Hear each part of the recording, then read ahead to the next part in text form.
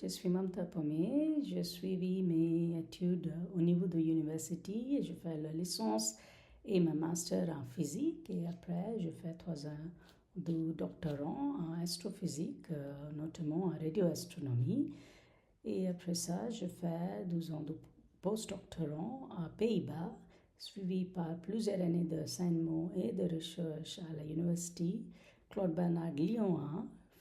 J'ai obtenu mon habilitation dirigée de recherche HDR en 2019 et aujourd'hui je suis une enseignante à l'Université catholique de Lyon et je continue avec mes recherches en radioastronomie sur les amas de galaxies et les galaxies avec les trous noirs.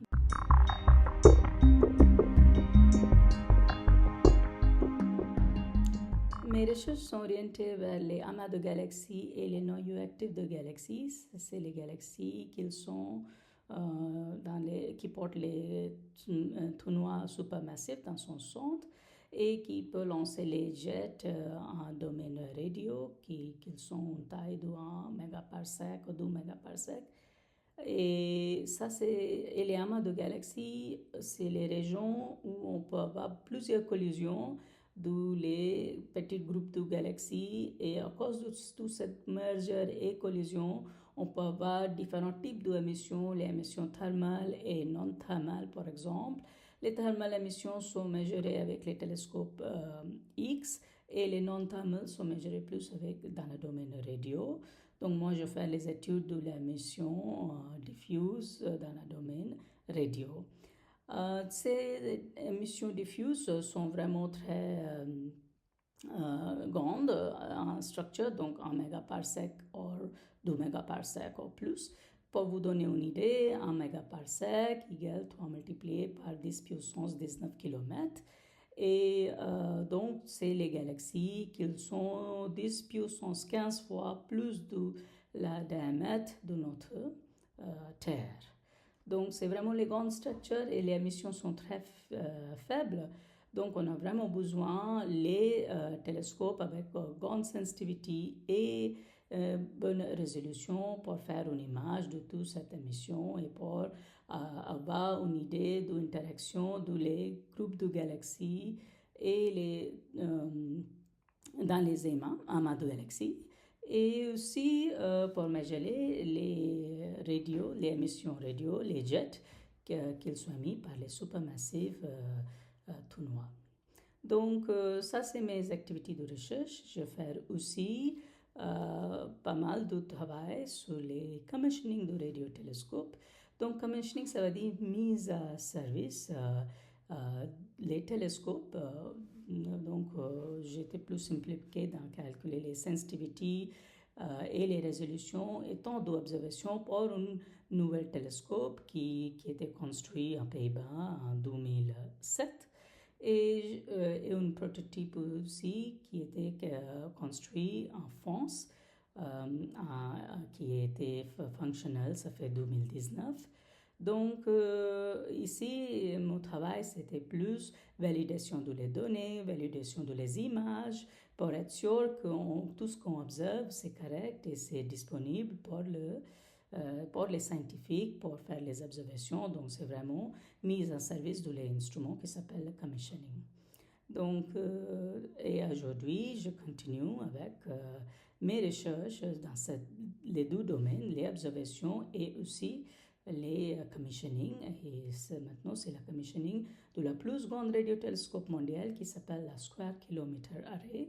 Et ce télescope, il nous donnera les images et les spectres de les galaxies avec une résolution et une sensitivité qui va être plus important et qu'on n'a jamais eu dans le domaine de radioastronomie.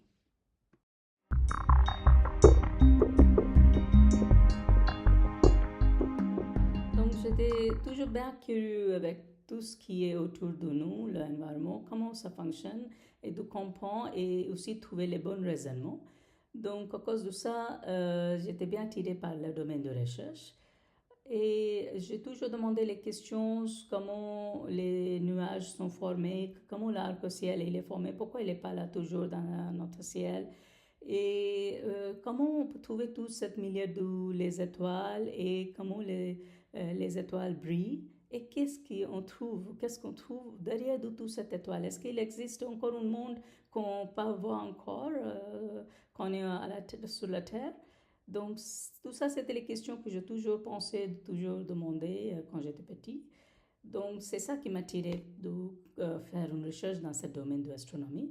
Et quand je commençais de comprendre et prenais mes premiers cours d'astronomie, j'ai trouvé c'était intéressant parce qu'on utilise les knowledge qu'on peut tirer de les autres domaines de physique comme électronique, nucléaire, particle physique, tout ça, dans le domaine de l'astronomie. Donc, c'est ça qui était très intéressant pour moi.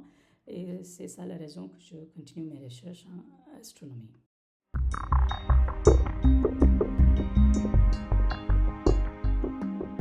Donc, il existe plusieurs activités dans le domaine de recherche et d'enseignement. Donc, on peut avoir une journée complètement occupée par les rédactions de les propositions pour observation, par exemple, analyser les données, faire les observations dans les sites qui sont très remotes et aussi écrire les publications.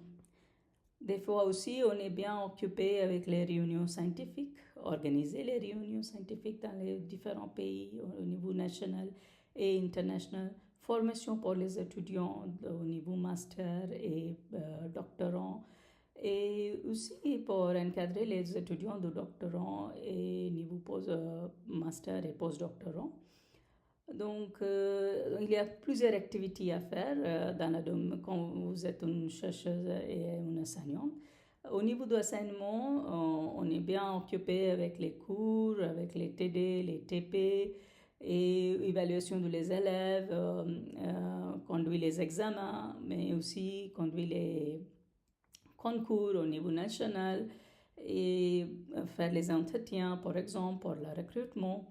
Et au niveau plus élevé, dans le domaine de recherche, on peut aussi occuper, par exemple, par les vulgarisations scientifiques, pour les journées de portes ouvertes, évaluation de les proposals qui sont écrits par les autres collaborateurs dans les différents pays, évaluation de les candidatures pour les prix, par exemple, pour le financement. Donc, il y a plusieurs choses à faire dans cette matière et c'est ça qui porte la richesse de cette matière.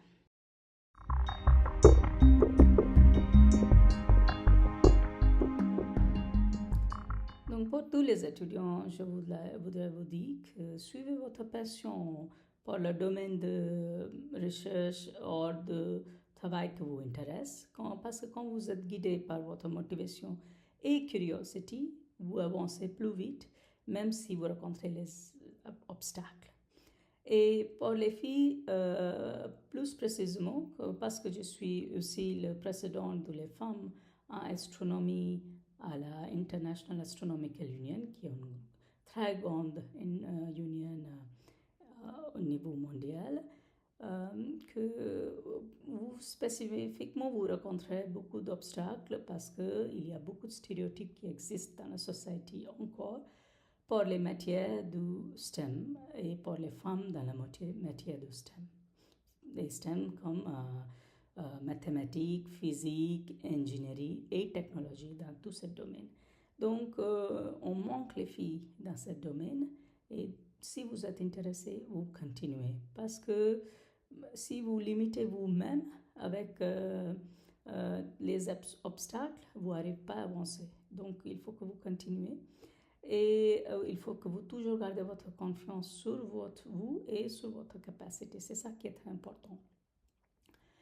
Et la science, il a besoin des femmes, il a besoin de la diversité du profil, il a besoin de la diversité d'idées. Et il manque les femmes dans le domaine du STEM. Donc vous portez cette puissance qu'il manque. Et aussi, ça vous aide, ça aide la science pour avancer avec une durability, sustainability, et aussi un équilibre qui manque aujourd'hui. Donc, c'est pour ça que je vais vous encourager de continuer si vous êtes passionné dans le domaine de recherche. Et bonne chance.